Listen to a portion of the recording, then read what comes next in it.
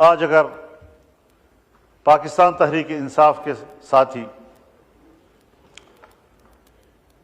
شکایت کر رہے ہیں، ان کا لیڈر جیل میں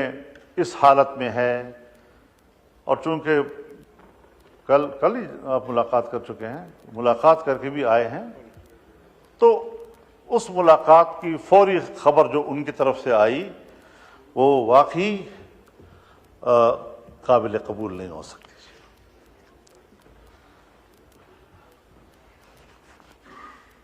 جلسے اجتماعات وہ ایک جمہوری حقوق ہیں، اگر جمہوری حقوق میں کے دائرے میں کوئی فیصلہ کرتا ہے، جلسہ کرتا ہے، اس کو جلسے کا حق ہے۔ لیکن میں ایک بات واضح کر دینا چاہتا ہوں کہ اگر میاں نواز شریف صاحب پر ظلم ہوتا ہے، میاں شہباز شریف صاحب پر ظلم ہوتا ہے، آصف علی زرداری صاحب اور ان کی بہن کے ساتھ، ان کی جماعت کے سینئرز کے ساتھ زیادتی اور ظلم ہوتا ہے، اور میں ان کے ساتھ شانہ بشانہ کھڑا ہوں، ان کے خلاف ہونے والے ہر قدم پر میں نے فرنٹ لائن پر لڑائی لڑی ہے، اگر میں اس وقت آپ کے اوپر ہونے والے مظالم میں آپ کے شانہ بشانہ تھا تو میں آج بھی عمران خان پر ہونے والی سختیوں کی مذمت کروں گا۔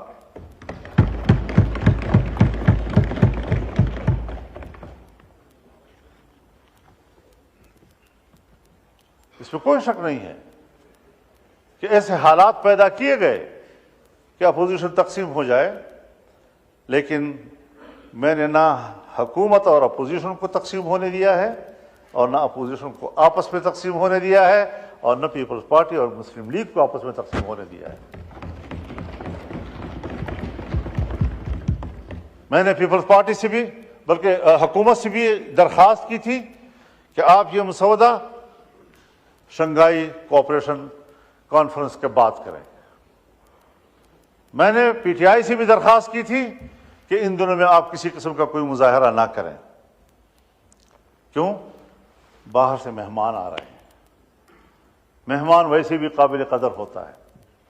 گھر میں بھی اگر بھائیوں کے اندر اور عزیزوں کے اندر میں تھوڑی سی کوئی خلش ہوتی بھی ہے، تب بھی جب مہمان آتا ہے تو وہ مل کر اس کی خدمت کرتے ہیں، اس کی عزت کرتے ہیں،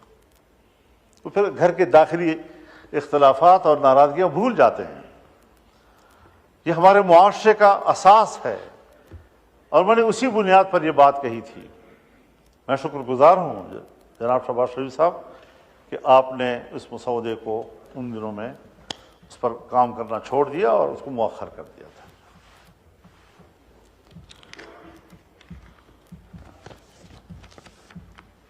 ان کاوشوں سے اور ان تبدیلیوں سے اس آئینی ترمیم کا جو مفہوم اور جس کا تصور تھا وہ مکمل تبدیل ہو گیا۔ ابتدائی مسودے کا تصور بالکل مختلف تھا، اور اب جو چیز ہم پاس کر رہے ہیں اس کا تصور اس سے بالکل مختلف ہے، اور اس صورت میں ہمیں کسی قیمت پر قابل قبول نہیں تھا، اور آج ہم متفقہ طور پر اس کو دستاویز بنا کر اسمبلی سے پاس کرانا چاہتے ہیں، پارلیمنٹ سے پاس کرانا چاہتے ہیں۔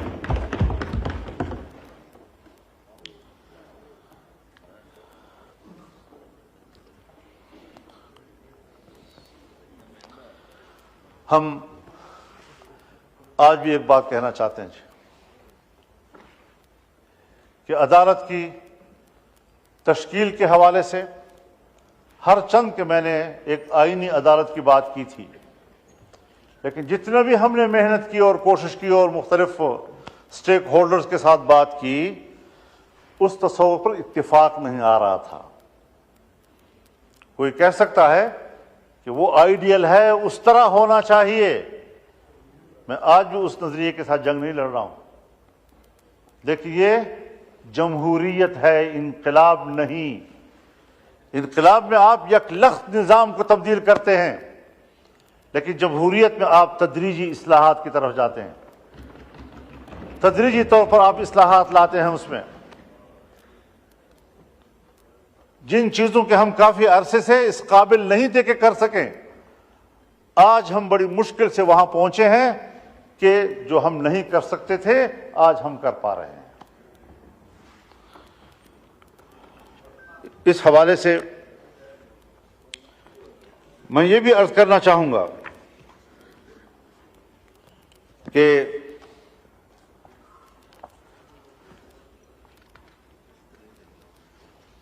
پارلیمنٹ کو ایک بہت بڑا شرف حاصل ہو رہا ہے، اس پورے پارلیمنٹ کو ایک شرف حاصل ہو رہا ہے، اور پوری پارلیمنٹ جو اسلامی جمہوریہ پاکستان کی پارلیمنٹ ہے، اور پاکستان کے عوام جس کی اکثریت مسلمانوں کی ہے، جو دو قومی نظریے کی بنیاد پر مہراج وجود میں آیا تھا، اور آج وہ فیصلہ دے رہی ہے کہ 2028 کے بعد ملک کے اندر ہر طرح کے سودی کاروبار اور معاملات یہ ممنوع ہوں گے اور کاروبار سود سے پاک ہوں گے۔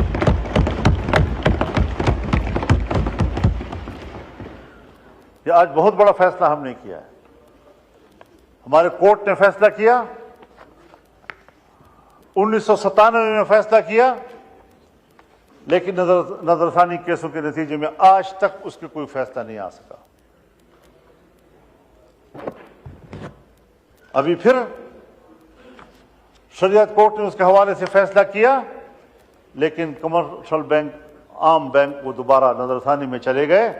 اور وہ اتنی کمزور عدالت ہے ہماری شریعت کورٹ کہ اس کے خلاف کوئی درخواست دے دے تو ان کا فیصلہ معطل ہو جاتا ہے۔ اب اس کو مضبوط بنانا ہے، اور اللہ تعالیٰ نے بڑے واضح طور پر فرمایا ہے، یا ایھا الذین آمنوا اتقوا اللہ وذروا ما بقی من الربا ان کنتم مؤمنین، کہ اللہ سے ڈرو اور تمہارے ذمہ جو سود کا کوئی مال ہے اس کو چھوڑ دو اگر تم ایمان والے ہو، اور اگر نہیں کرتے فإن لم تفعلوا فأذنوا بحرب من اللہ ورسولہ، اگر تم یہ کاروبار نہیں چھوڑتے تو پھر اللہ کے ساتھ جنگ کے لیے تیار ہو جاؤ۔ اور مفسرین نے لکھا ہے کہ سودی کاروبار کرنے والے آخرت میں جب اللہ کے سامنے پیش ہوں گے تو اللہ کہے گا تلوار اٹھاؤ، لڑو میرے ساتھ، جنگ کرو میرے ساتھ اگر تیرے اندر ہمت ہے تو۔ کیا وہ اللہ کے سامنے تلوار اٹھا سکے گا؟ لیکن اللہ اسی پر اس کو شرمندہ کرے گا اور ذلیل کرے گا کہ تم نے دنیا میں سودی کاروبار کیا تھا، اب اٹھاؤ نا تلوار، میں نے تو تیرے خلاف جنگ کا اعلان کر دیا تھا۔ تو اس حوالے سے میں شکر گزار ہوں کہ حکومت میں شامل تمام جماعتوں نے ہمارے اس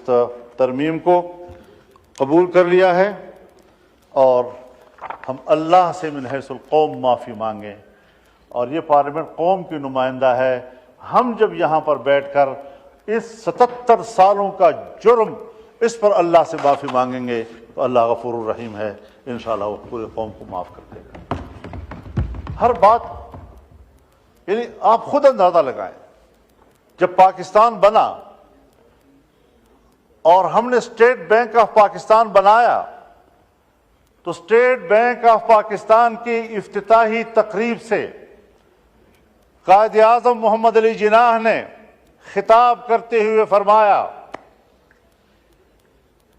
کہ مغرب کے نظام معیشت نے ہمارے لیے مشکلات پیدا کی ہیں، بلکہ انسانیت کے لیے مشکلات پیدا کی ہیں۔ ہم ملک میں وہ نظام معیشت لائیں گے جو اسلامی تعلیمات کے مطابق ہوگا۔